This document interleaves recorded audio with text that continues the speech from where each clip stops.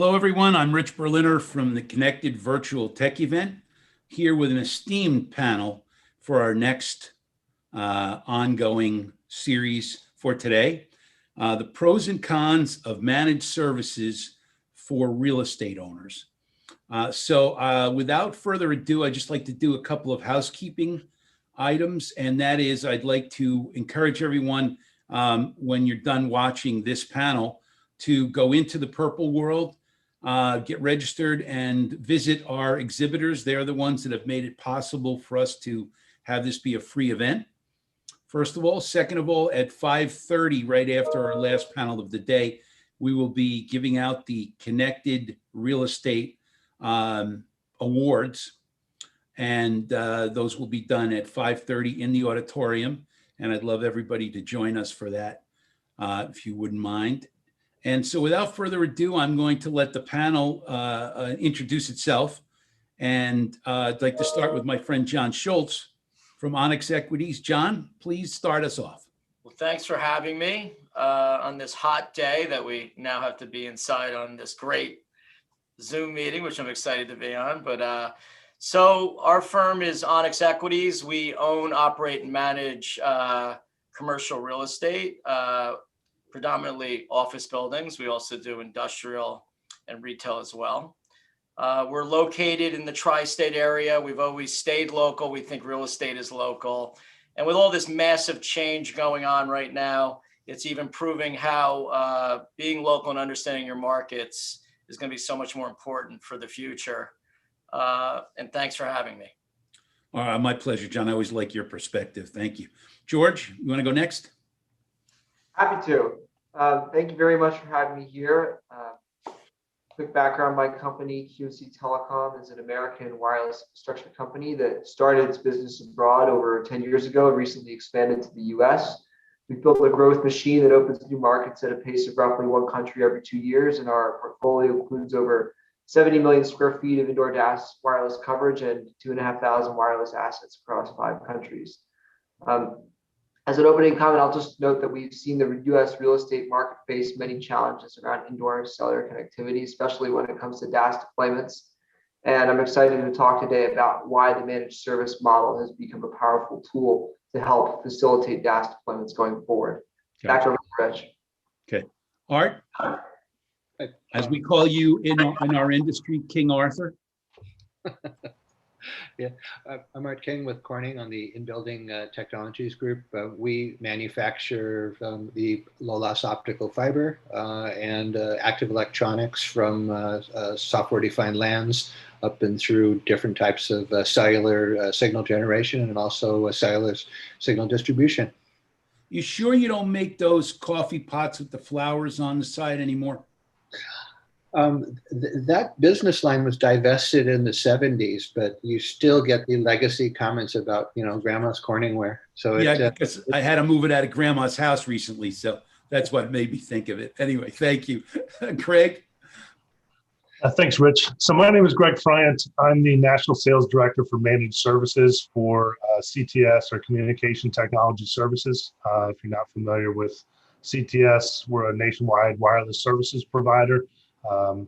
23 locations, 500 employees. We are involved in the mobile infrastructure solutions as well as private wireless networks. And I'm responsible for many of the funding and finance products under the managed services umbrella. Gotcha. Wonderful company. Thank you.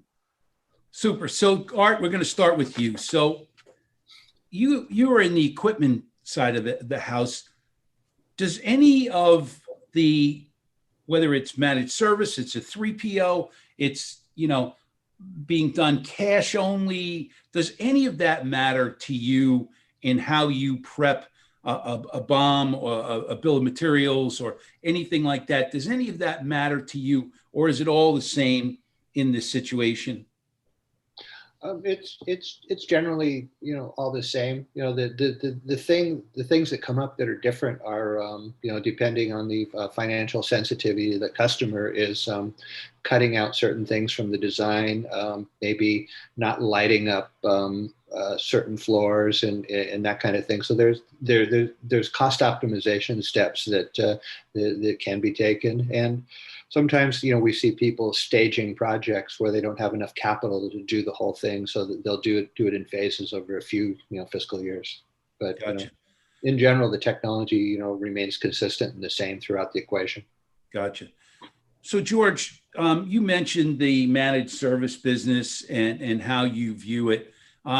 We don't typically do commercials for companies, but I think you've got an interesting perspective on how this goes together. And I think it'd be helpful if you talked us through the differences between third-party operator, managed service company, and how that works and how you move these buckets around. Sure. Well, I think just in general, third-party operators or 3POs, as we call them in the telecom space, offer three main things. A neutral host solution that accommodates all the carriers at once and is vendor neutral, financing for the system, and then managing the vendors and carrier relationships and managing the system over the long term. And so, when we talk about managed service, there obviously are other providers in the ecosystem who do components of what I just described, particularly on the long-term management of the system. Our firm has tweaked the 3PO equation a bit. And one of the main ways is that we don't rely on carrier funding. Our projects are venue-led. And so, as a result of that, we can guarantee cell coverage because the carriers don't have to pay anymore, and they're happy to provide single source. And the other thing is that, while we take on the upfront financial risk on the project, which is something that all 3POs do, we also can accommodate a wide range of preferences between a model that's 100% OpEx for the landlord versus having a large portion of the system paid down up front. And that's really a flexible financial model. So having the managed service component added to that is what makes this really potent. And it's where you end up delivering a long-term end-to-end service with the full support of the carriers. And that's not something that's necessarily been available with 3POs before. You normally have a lot of friction just because, the 3POs are in the past charging the carriers. Once you remove that piece of the equation, then you can really focus on delivering connectivity as a service. Got it. Thanks, George. So Greg, I've always thought of CTS as an integrator, as opposed to a 3PO or a managed service company. Is there a fine line there? Am I missing something, or is there subtlety to that in converting this CapEx to OpEx set of buckets that we talked about on our prep call? Well, yes, everybody's familiar with CTS is one of the larger DAS integrators across the country, but just being completely objective, it's really customers, venue owners who are looking to convert CapEx to OpEx. We got asked by our customers to build a model that would support that type of basically a product offering. So that's how we migrated into it. It was more driven by customers asking for this type of a solution, which quite honestly is why I'm here. I would take it a step further and go, it's not, it's not a question of, how do you convert CapEx to OpEx? It's more a question of why, and why did those customers, want to do this and want to force us there? That's the bigger question. And there's a few things that drove it. The ones that we're familiar with most recently, COVID, IoT, those are the obvious ones, but also to concentrate on their core business. A lot of customers, especially in healthcare, they don't necessarily want to own and operate a cellular network. They would rather take that capital and put it into more ventilators or whatever it may be, and they'll OpEx the DAS because it's still something that they need. So it's a question of how do you get more with less, and that's a simple principle of CapEx to OpEx. Got it. So John, any of this make any difference to you? How do you view it? People come knocking on your door 24/7. How do you view all of this in terms of that equation of, do I pay it out cash? Do I finance it? How does it work? What's your thought process? Enlighten us, please. Well, there's no one size fits all, that's for sure, right? I mean, when you buy a piece of real estate, it's its own company. It's its own operational business.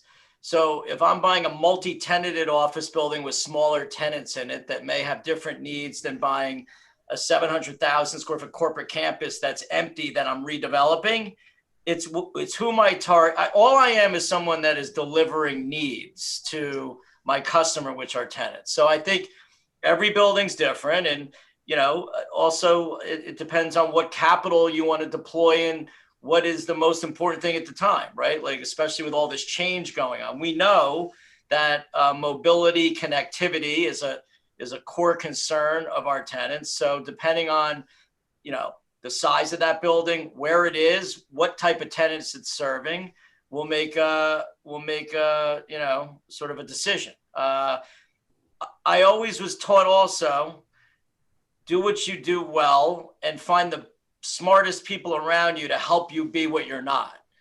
And with all this change that's going on in our industry, I think it's smart to find the right partner and the right collaborator. Now, what is that structure? Most likely, we don't want to do what we're not good at.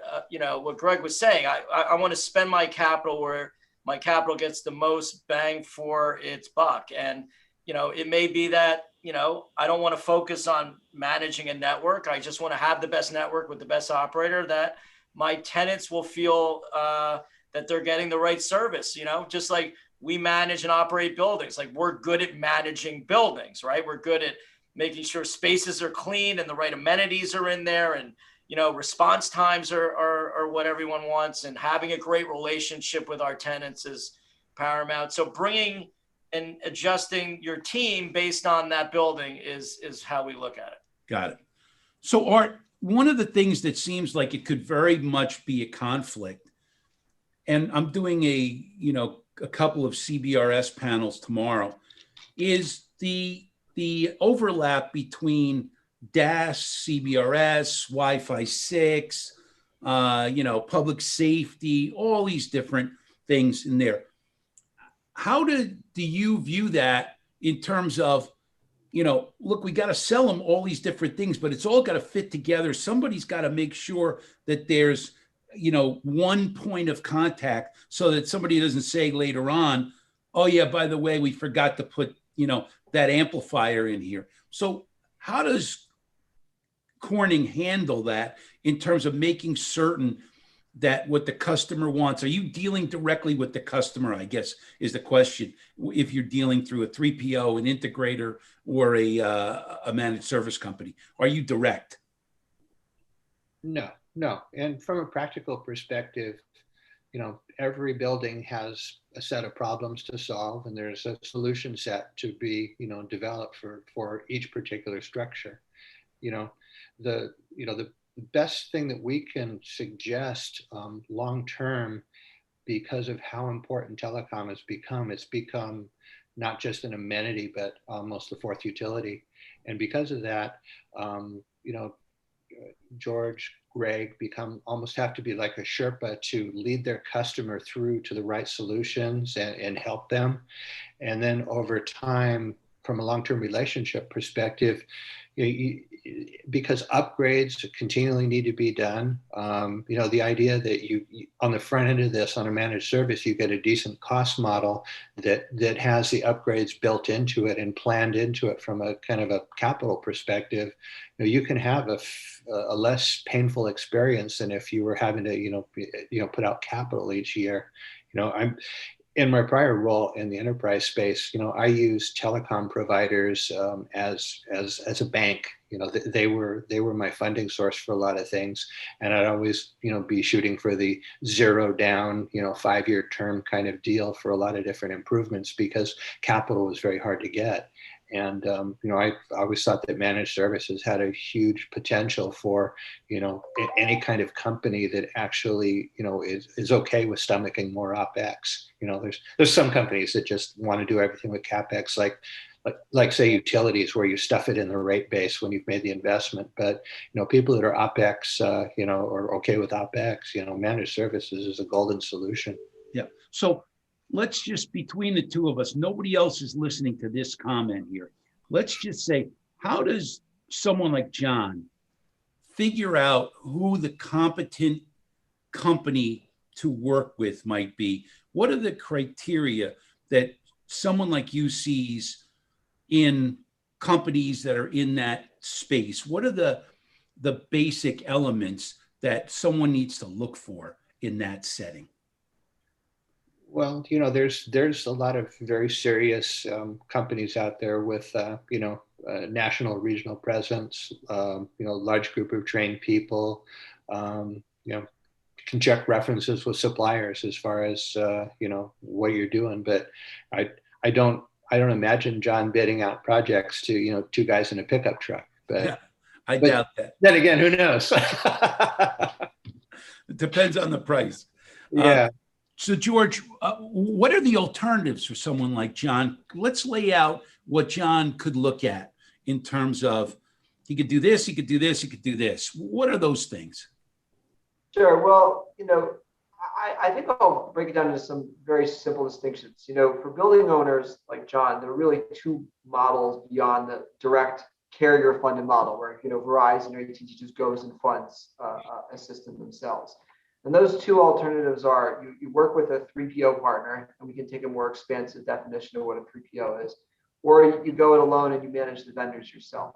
And all of the other options like working with a consultant or to manage service provider, those generally fall into the go it alone bucket, which we call self-performing. And self-performing can be great because it gives landlords a lot of control over the DAS. But what we found is that unless you have real in-house telecom and wireless experience, most landlords end up paying at least 20% more when they self-perform a DAS. And that's not even accounting for all the additional time spent, because these are not simple things to manage. And most building owners don't realize how much the costs add up as a DAS nears the end of its useful life. Now, there are large, sophisticated integrators who can implement a DAS in a cost-effective manner and provide a managed service. But the two challenges are always going to be, where will the capital come from, and who will manage the system after the warranties expire from years 3 through year 10? And that's where the 3PO model becomes an alternative.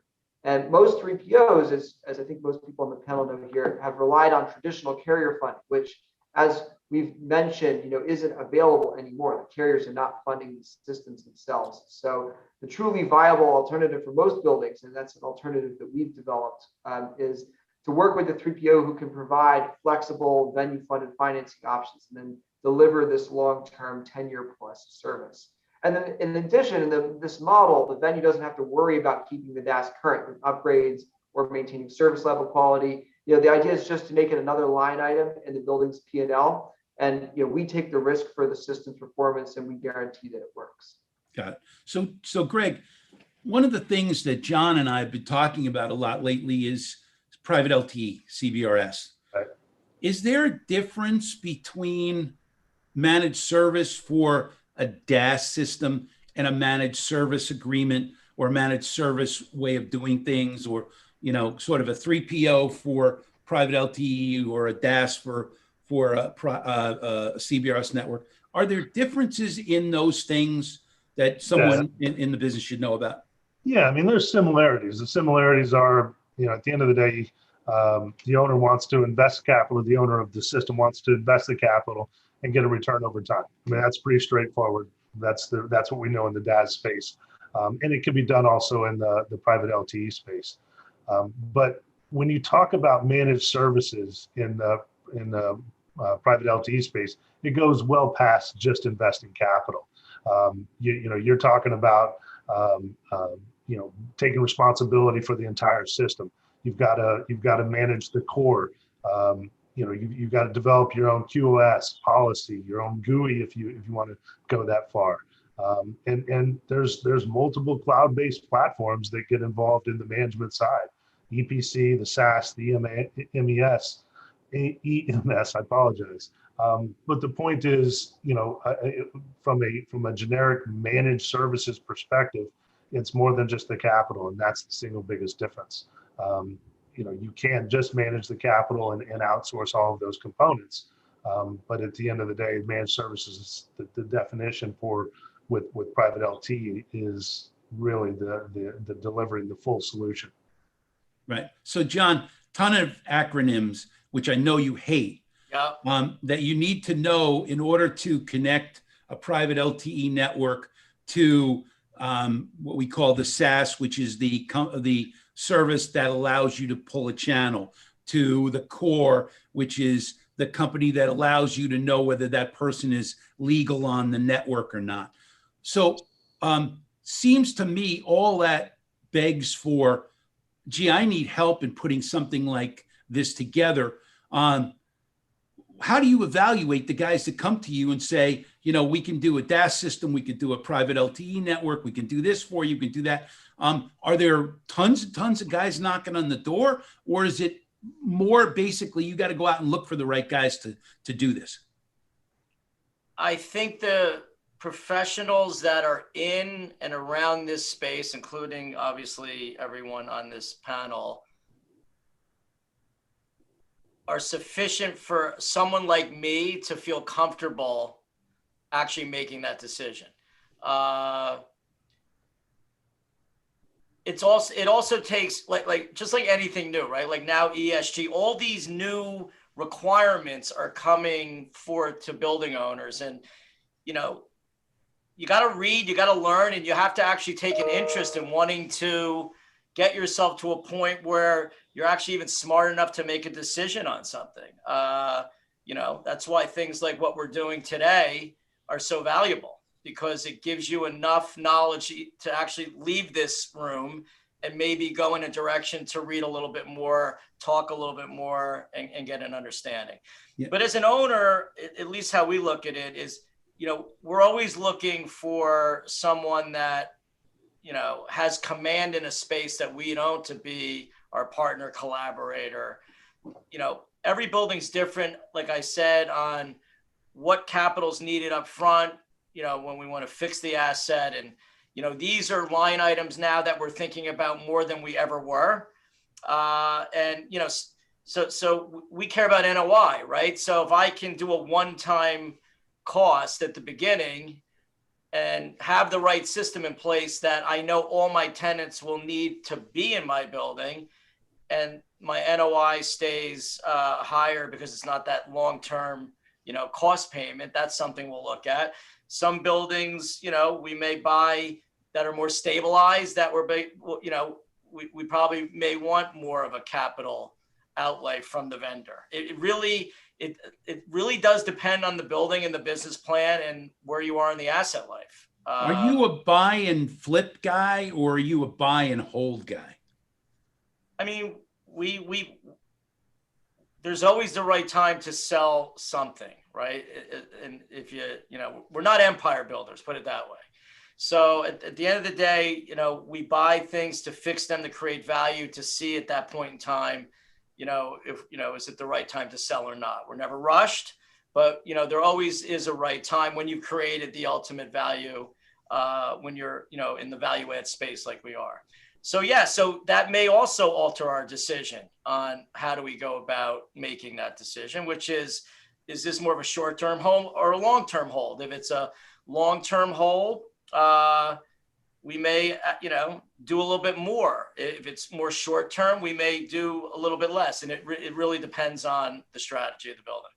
Got it. Yeah. So I think, again, the people listening in on this are primarily real estate folks. And I think they're looking for help in trying to figure out exactly what they need to do. And this is, I think, a really, important point for them, because, not everybody has a vendor at their disposal that they know they can trust. Sometimes people are searching around for a vendor, and it's not that easy necessarily to know who's, two guys in a truck and who's a big organization. Well, listen, everything that you're good at in life takes time and practice.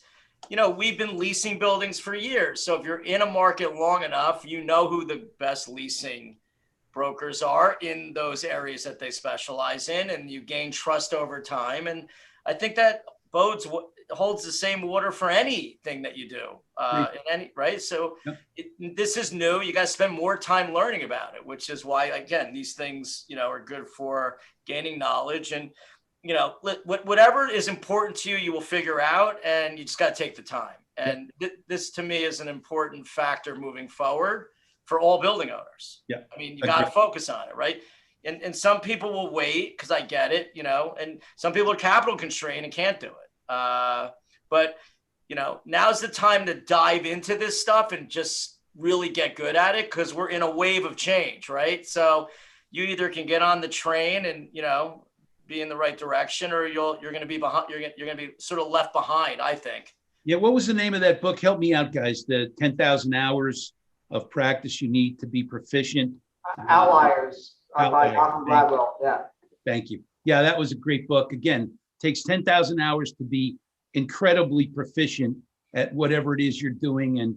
And so, that makes a lot of sense, John. So Art, one of the things that strikes me is that these decisions on who you work with seem like they really can be, I wouldn't say life and death, but they can be backbreaking if you don't pick the right companies in some of these situations. But in your case, you've been around a long time. You've got a long list of different products and services that you guys sell. So is there a process that you go through if someone sends you a bill of materials and says, hey, here's what I want to build, and you go, well, I got a couple of questions here. This doesn't fit with this, and this doesn't fit with this. I would suggest you use this instead of that. Is there a lot of back and forth in what you're seeing when you're putting these things together for companies, especially, maybe not the most efficient or experienced companies in the business? In our case, we have, and I think most suppliers have, field people that collaborate with partners to ensure that things don't go down the tubes. The reality is that all of us are held accountable by John. Right. Because we're at the end of the day, we have to back our stuff up, and we have to look at what's being done to ensure that our company is looking good in the light, and that our partner is going to look good, and everybody, at the end of the day, the buyer has to be happy. And we have to make sure that the bill of materials and the content can be correct for the solution. And sometimes when you have to search for a cost cut, we have to help optimize the design a little bit to maybe reduce a few things so that the cost envelope for the buyer can be met. So it's very much a collaborative process with the integration community. And I believe everyone on this webinar really takes a long view to things and isn't looking for a short, profitable, quick hit, but we're looking to build long-term sustaining businesses. And so we all have an eye on relationships and recurring business, and not just this is building A and we're done. This is building A of A through Z. Right. Yeah, because the average real estate owner owns a considerable amount of real estate. It's not just one building or a couple of offices. It's a significant amount. So George, is it easier or harder for someone like you? One of the things I made on my notes for everybody that I sent out is the carriers are out of money. They've just bid a huge amount of dough for these C-band auctions. They're clearly not looking to put money into in-building, although it's crazy because we know 80% of data, voice and data is initiated indoors. Doesn't make sense to me that you build out the network outdoors first, but that's just me. But the carriers basically, besides T-Mobile, who is looking at least to help landlords, are out of money, and they don't want to pay for any of this. So does it make it easier on you that you're not asking them, you're not going to them with your hand out? Well, Rich, they really hate it when they go on for free. I tell you, it's a tough conversation. I bet. In all seriousness, Facebook also told us it was free too, and look what happened. So yeah, it's never for free. The data out of your brain. It's never for free. Right. Go ahead, George. At least, hopefully this is more productive. I mean, I think in all seriousness, they've been asking for this model for a long time, And you made the point very eloquently that the carriers are focused on building their outdoor macro networks. And the challenge is that they think that the edge networks indoors should be the landlord's responsibility, but the reality is that the carriers have been burned a number of times by 3POs, sort of the other main sources of capital in the space. So if you're going to work with them, you really have to demonstrate that you're a partner of theirs and build that trust. And in our view, you really have to show that you're the enterprise's 3PO. And once you form those relationships, the carriers are more than happy to bring their signal to a building's indoor network. They're even willing to compromise on items that used to raise the cost of the DAS, such as extra spectrum bands or very stringent signal requirements. In other words, the carriers understand that the venue may not need every bell and whistle on the system, and they're happy just to have the coverage and capacity extended as long as it meets their standards. So as a result, when the carriers aren't paying, it's a very healthy and productive partnership. Got it. So, Greg, what's the value proposition? If when you go to a customer and say, okay, there's the obvious need here is to make sure that there's signal for people's phones to work in the building. But, we'd like to explore the opportunity for a private LTE network. And while you're at it, we really want to do some things with our IoT systems like sensor technology. And we want to try and make this comprehensive. So what's the typical application that you're seeing customers want to talk about first and foremost? Or is it sort of a spaghetti bowl of, all the fun things they'd like to have? Well, it's obviously a much better conversation when that venue owner is calling us and saying, "Hey, I have a need, I have an application. Let's talk about a solution." The reality with private LTE today is, this is a great technology that has been, provided by the FCC from the spectrum perspective, and the infrastructure is there to support it. The reality is there isn't a tremendous amount of demand. So to say what is the typical application, we're out there trying to define that right now. We know what the capabilities are. We're trying to position those capabilities to facilitate driving the demand with the end user. That's what a lot of the private wireless network, providers are doing today. It's an education process. What can we support, or what applications do you have? And it's more brainstorming than it is, a hard sell of, hey, this is the product that you have to have. There are early adopters out there that have identified some applications. And the reality is those early adopters are helping to educate the industry and defining what that application use is. That's kind of the anomaly of private LTE right now. So if you look at it from that perspective, and you ask what is the value proposition, the value proposition is going to vary until we get a better definition of what are the actual applications. So I'd give a 10,000 foot perspective and just say the value proposition of private LTE, private wireless networks, whatever we want to call it. It's really the fusion of Wi-Fi and cellular technologies. You've got the ease of use of a Wi-Fi infrastructure, and then you've got the robustness, the security, the low latency, all of the strong technical parameters from LTE and/or we'll be deploying 5G NR soon enough. Again, driving that application. So that's kind of a general value proposition. Others may want to define it, more closely, but I think we're still early on in this whole maturation process. So, Greg, I think that's that answer is probably a much better answer than you might have thought coming out, because John and I have been discussing CBRS for a while now. And one of the things that he's asked on a consistent basis is, what do I need this for?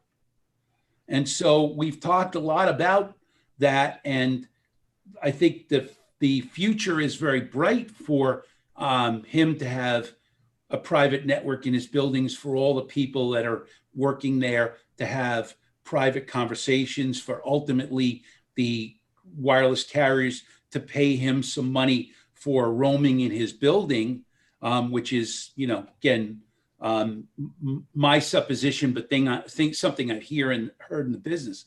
But so from your standpoint, John, after all the discussions we've had and what you heard what Greg had to say, where's your head?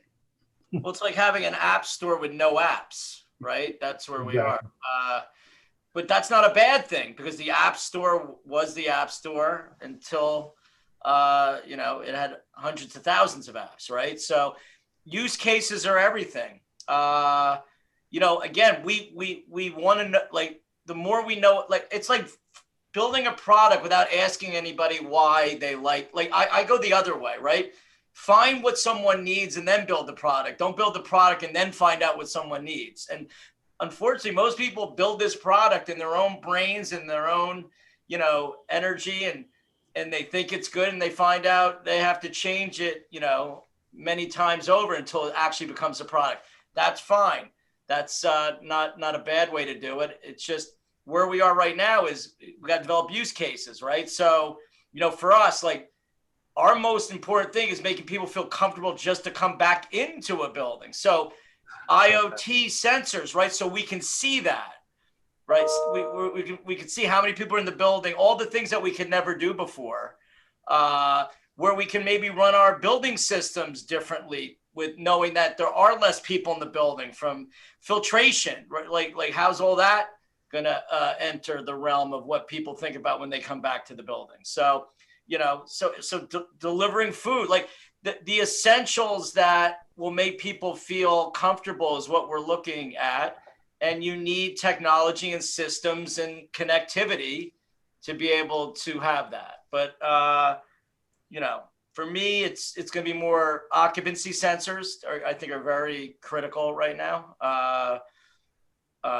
How you're going to deliver your, this is mundane, but how are you going to deliver a food experience in your building that people feel safe and comfortable with? And, again, even with the 5G going to 6G, going to all the, heights of where that's going, not everyone's phone even works yet. So this is going to be this is the time to learn. And this is the time. I mean, Greg, I think you answered that the perfect way. I mean, I walk out of that meeting and be like, okay, I can work with this person to figure out maybe what I can be and do differently. I want to be unique to the marketplace. I want people to be like, whoa, that actually is, and it doesn't have to be a million things. It could just be one good thing, right? So I think a lot of talking, a lot of back and forth, a lot of figuring out what the end user is. Because remember, I'm your end user, but I have an end user. So if all the end users together aren't in sync, there's no use.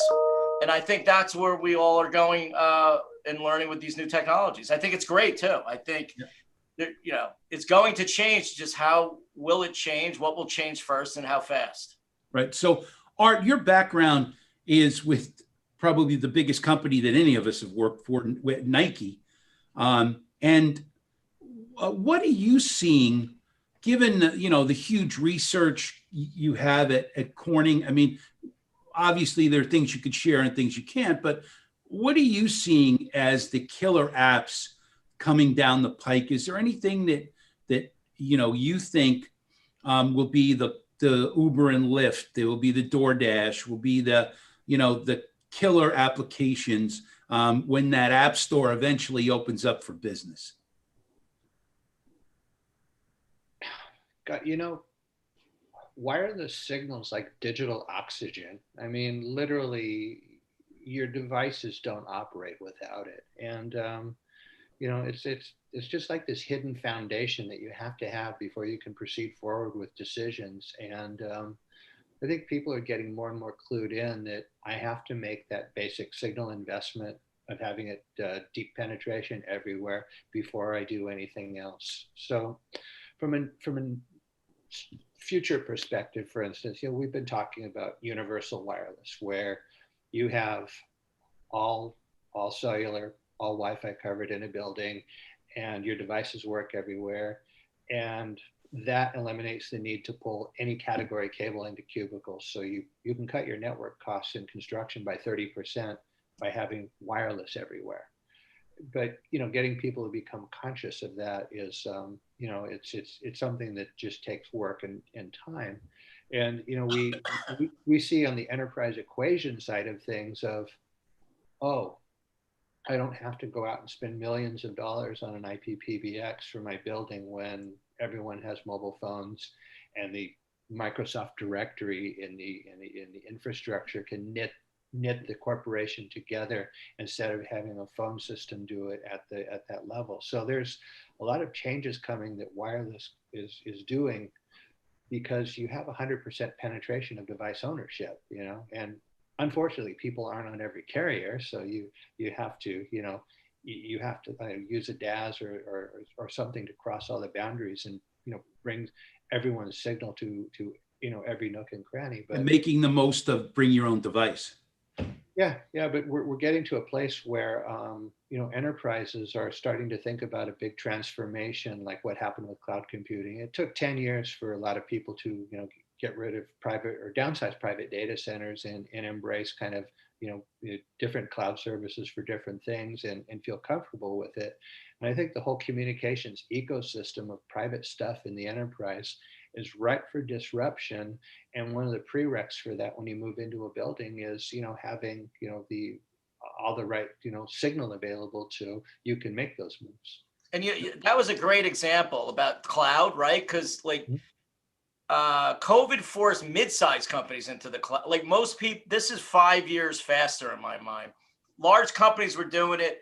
Mid-sized companies were slow to do it. We were half doing it. Now we're fully doing it. But I think the interesting thing is going to be is like having it work everywhere with with this hybrid work model coming.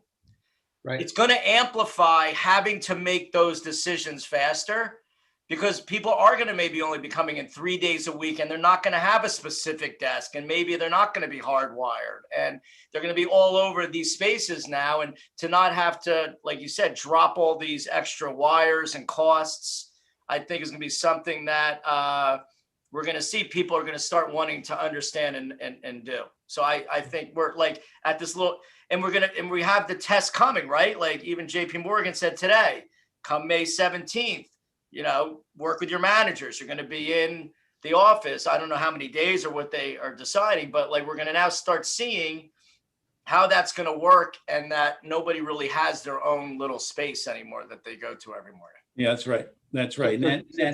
John, one comment. You see the insanity every time a customer moves out and someone new moves in.